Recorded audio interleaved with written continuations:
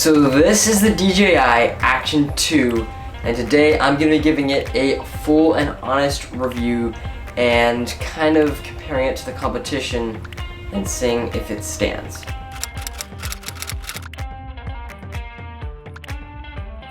Okay, so first I'm going to kind of go over the camera, what I like, what I don't like, and then I'll kind of compare it with other cameras just so you get a rough idea of where it sits. Alright, so the first thing about this camera that you should know is it shoots 4K 120, which is a very high frame rate. That is the same that the GoPro shoots.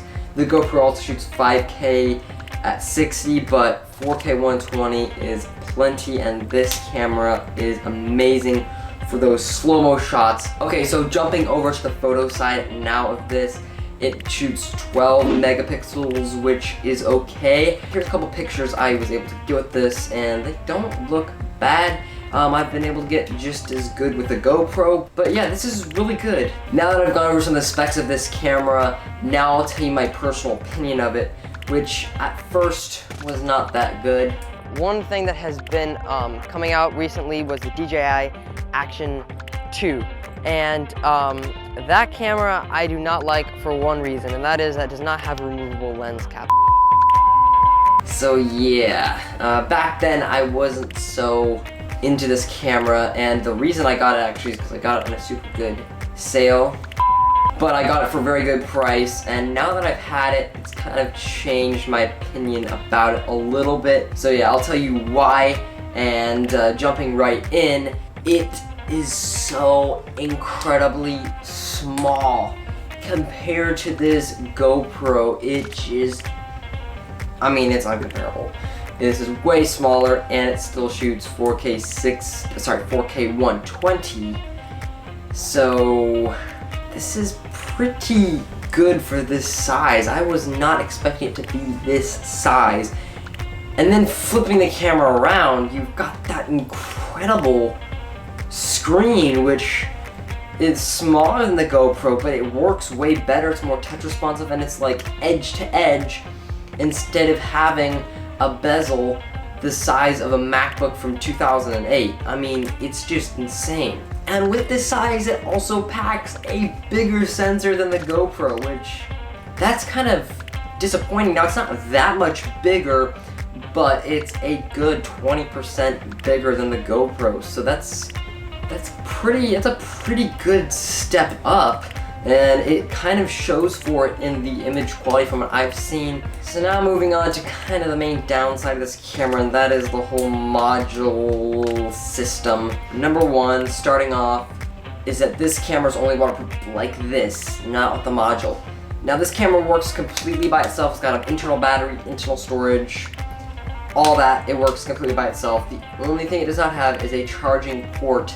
So you have to plug in your power pack to charge it, unless you get something like this to charge it.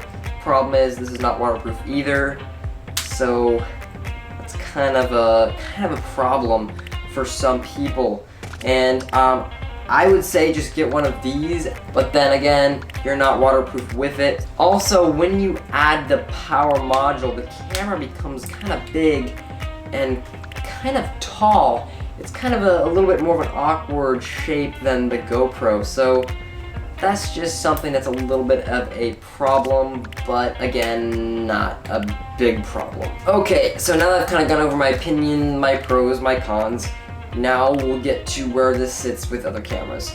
So because this is such a nice camera, so small, everything, it's expensive, and it is super expensive. $519 for the one with the screen, and $400 for the one with a power pack. I got the one with the power pack because it was on sale. But $519 for an action camera, that's definitely a price to pay. And I think that, to be honest, that one is off the book for me. And it also has less battery time than the power one. And to be honest, this camera has an insane field of view, so I don't think you're gonna really be worrying about keeping your in frame. So unless you have tons of money, you just want to spend money, then I'd go for the screen mod. But if you want to save some money, then I'd go for the one with the power pack. However, it's still more expensive than the GoPro, which, that's a very hard decision. So it's kind of up to you. They're both great cameras, but ultimately you're gonna decide what's more important to you. Size and portability, or screens and the little higher resolution and the full waterproof. So that's kind of the sum up of my review of this DJI Action 2. Overall, great camera and great job DJI. Only a few things that I would change with it. And if you want to see a comparison between the GoPro Hero 10 and the Action 2, a full comparison, I will have that video coming out soon, so make sure to like and subscribe, and I will see you on the next one.